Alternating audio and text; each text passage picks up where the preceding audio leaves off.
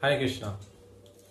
কতদিন আমরা আলোচনা করেছিলাম যে পিতৃপক্ষ কবে থেকে শুরু এবং পিতৃপক্ষে পিণ্ডদান আদি, শ্রদ্ধা, তর্পণ, দান, ভোজন এগুলো করা উচিত।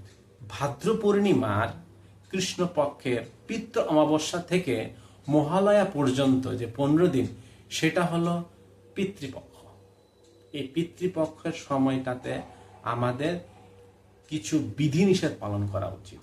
সেইগুলো নিয়ে আমি পরবর্তীতে আলোচনা করেছি, সেটা আপনারা মনোযোগ দিয়ে শুনুন এবং সবাইকে শেয়ার করুন, যেন এই পিতৃপক্ষের ফলটা তারা গ্রহণ করতে পারে এবং না করলে কি ক্ষতি হয় সেই জিনিসটা আপনারা জানতে পারবেন।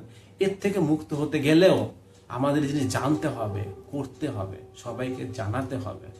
আপনার পরিবারের সবাইকে জানান, যার ফলে এই জিনিসগুলো আপনি করতে পারবেন। পিণ্ডদানের বিধি আপনার শক্তি অনুসারে বিধিগুলো করবেন, মানে আপনার যেরকম সামর্থ্য আছে। প্রথম বিধি হলো ভালো ব্রাহ্মণ নিয়ে আসতে হবে, মানে যে ব্রাহ্মণ শ্রাদ্ধ অনুষ্ঠান বা পিণ্ডদান করাতে পারে সঠিকভাবে, মানে শুধু অর্থের জন্য কাজটা করে তা না। আপনি দেখে নেবেন যে ব্রাহ্মণ ভালোভাবে কাজটা করতে পারে, সুন্দর গাইডেন্স দিচ্ছে আপনাকে, ভালো করে জিনিসগুলো মন্ত্র উচ্চারণ করছে, এমন ব্রাহ্মণ ঘরে নিয়ে আসবেন। অথবা পবিত্র নদীর পাড়ে বসে এই পিণ্ডদান বা শ্রাদ্ধ অনুষ্ঠান আপনি করতে পারেন। মানে সঠিক ব্রাহ্মণ আপনাকে নির্বাচন করতে হবে। ব্রাহ্মণ সমস্ত কিছু মন্ত্র উচ্চারণ আদি করবে আপনার পক্ষ হয়ে। কেন সঠিক ব্রাহ্মণ নির্বাচন করতে হয়? আপনি তো জানেন না কিভাবে জিনিসগুলো করতে হয়,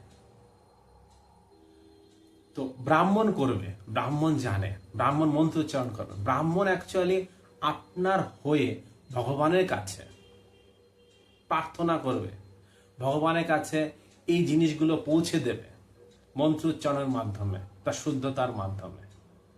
সেই জন্য সঠিক ব্রাহ্মণ প্রয়োজন।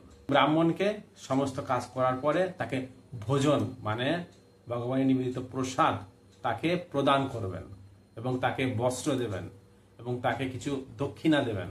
মানে এই বস্ত্র, দক্ষিণা, প্রসাদ এগুলো আপনার শক্তি এবং সামর্থ্য অনুসারে আপনি যতটা অ্যাফোর্ড করতে পারবেন ততটাই প্রদান করবেন। এরপর যে প্রসাদ আছে সেই প্রসাদটা 3টা পার্ট করবেন। 3টা পার্টের ভিতরে একটা পার্ট কুকুরকে খাওয়াবেন, একটা পার্ট গরুকে খাওয়াবেন এবং একটা পার্ট কাককে খাওয়াবেন। 3টা পার্টে 3টা জীবকে আপনাকে দিতে হবে। এবার কাককে, গরুকে এবং কুকুরকে কেন খাওয়াতে হবে সেটা আমি পরবর্তীতে আলোচনা করবো। মানে শাস্ত্রে এই সম্বন্ধে ডিটেলস আলোচনা আছে। আমি শুধু যেহেতু পিতৃপক্ষ চলে এসছে, আপনাদের কি করতে হবে সেই জিনিসগুলো আপনাদেরকে জানাচ্ছি। এরপর আপনার আত্মীয়স্বজন, বন্ধু বান্ধব, প্রতিবেশী তাদেরকে ভোজন করাবেন। এটা হলো বিধি 1। এটা হলো সর্বশ্রেষ্ঠ বিধি। এটা হলো খুব ভালো। যদি না পারেন, আপনার অত সামর্থ্য নেই, এত শক্তি নেই, তখন আপনি কি করবেন? বিধি 2, একটা ব্রাহ্মণকে, ভালো ব্রাহ্মণকে আপনি দুধ এবং কলা তার বাড়িতে দিয়ে আসবেন। বলবেন যে আমার বাবা অথবা মা দেহ রেখেছে বা আমার পিতৃপক্ষের উদ্দেশ্যে আমি এই পিতৃপক্ষে আপনাকে কিছু দান করতে চাই, দুধ এবং কলা। তাহলেও পিতৃপুরুষেরা সেই শ্রাদ্ধ ব্রাহ্মণের মাধ্যমে সেই দান গ্রহণ করবে।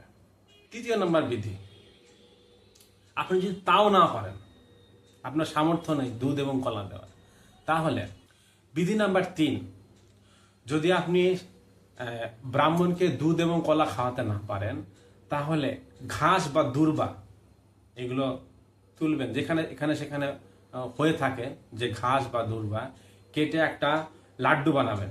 সেই লাড্ডু গোমাতাকে খাইয়ে দেবেন, তাহলে পিতৃপক্ষ সন্তুষ্ট হবে। একটা পবিত্র নদীর পাড়ে যাবেন, সেই নদীর বালি অথবা মাটি দিয়ে একটা বল বানাবেন।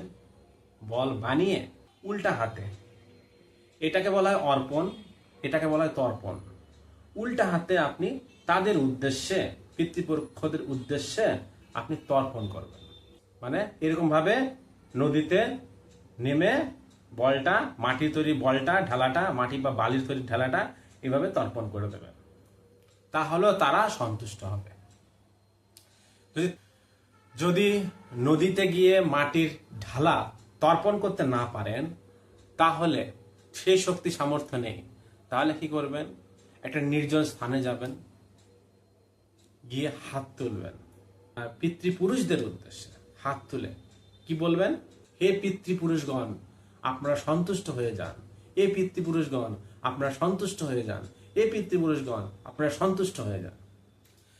5টা বিধি বললাম। এটা না পারলে 2, 2 না পারলে 3, 3 না পারলে 4, 4 না পারলে 5। কেন এত সহজ করা হয়েছে?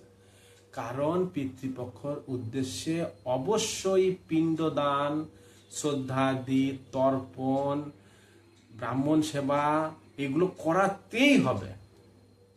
কারণ হলো এইগুলো যদি না করান, তারা অসন্তুষ্ট হলে আমাদের অনেক অমঙ্গল হবে। কি অমঙ্গল হতে পারে? অনেক সময় আছে না, পিতৃদোষ আছে। আপনারা যখন অনেক সময় জ্যোতিষীর কাছে যান, তখন তারা বলে পিতৃদোষ আছে। এত প্রত্যেকটা মানুষ গেলে কি মানে 80% লোককে বলে দেয় তোমার পিতৃদোষ আছে। পিতৃদোষ কেন হয়?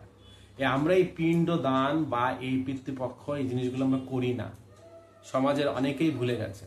কেউ করলে মনে করবে আচ্ছা তুমি করেছো, করলে পরে মনে করে অনেক কিছু করে ফেললাম, কিন্তু না, এটা আগের দিনে এটা স্বাভাবিক একটা নিয়ম ছিল। সেজন্য আগে মানুষের পিতৃদোষ ছিল না, এখন আস্তে আস্তে পিতৃদোষ হচ্ছে। কারণ পিতৃপুরুষদের উদ্দেশ্যে তারা কিছু করছে না, তারা সন্তুষ্ট না, তারা আমাদের আশীর্বাদ কি দেবে, তারা অভিশাপ দিচ্ছে।